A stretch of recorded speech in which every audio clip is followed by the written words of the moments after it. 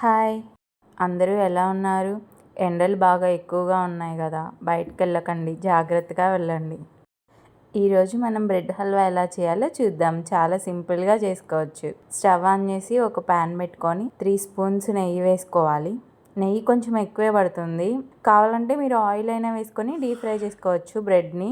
నేను కొంచెం వేసుకొని ఫ్రై చేస్తున్నాను బ్రెడ్స్ బాగా ఫ్రై అవ్వాలి, లేదంటే టేస్ట్ మనకంత మంచిగా ఉండదు. నేను సైడ్స్ అన్నీ కట్ చేసుకున్నాను బ్రెడ్స్కి. సైడ్స్ ఉంచైనా ఫ్రై చేసుకోవచ్చు. చిన్న చిన్న ముక్కలుగా కట్ చేసుకొని ఫ్రై చేసుకోండి. నెయ్యి ఎక్కువే పడుతుంది కొంచెం. నెయ్యిలోనే బాగా ఫ్రై చేసుకోండి. నూనె అంత టేస్ట్గా అనిపించదు. మన ఇంట్లోకే కాబట్టి నెయ్యితో ఫ్రై చేసుకోండి. గోల్డెన్ కలర్ వచ్చే వరకు ఫ్రై చేసుకోండి. ఇప్పుడు అదే ప్యాన్లో 1 స్పూన్ నెయ్యి వేసుకొని జీడిపప్పు ఫ్రై చేసుకోండి. ఇంకా మీ దగ్గర ఏమైనా సీడ్స్ ఉంటే అవి కూడా ఫ్రై చేసుకోండి. జీడిపప్పుని బాగా గోల్డెన్ కలర్ వచ్చే వరకు ఫ్రై చేయండి. నా వంటల వీడియోలు నచ్చితే సబ్స్క్రైబ్ చేసి లైక్ చేయండి.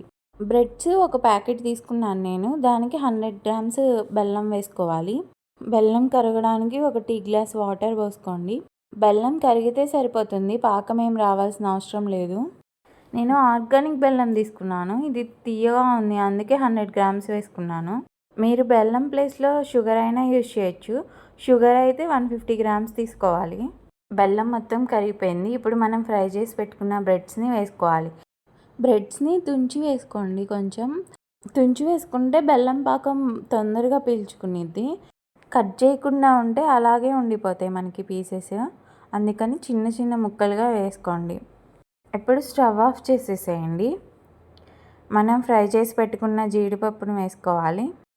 1 టేబుల్ స్పూన్ యాలకుల పొడి కూడా వేసుకొని బాగా మిక్స్ చేయండి. ఒక టీ గ్లాస్ కాచి చల్లార్చిన పాలను పోసుకోవాలి. పాలు అనేవి ఆప్షనల్, కానీ పాలు పోసుకుంటేనే బ్రెడ్ హల్వా టేస్ట్గా ఉంటుంది. బాగా మిక్స్ చేసుకోండి. ఎంతో టేస్టీగా ఉండే బ్రెడ్ హల్వా రెడీ అయిపోయింది. Thank you.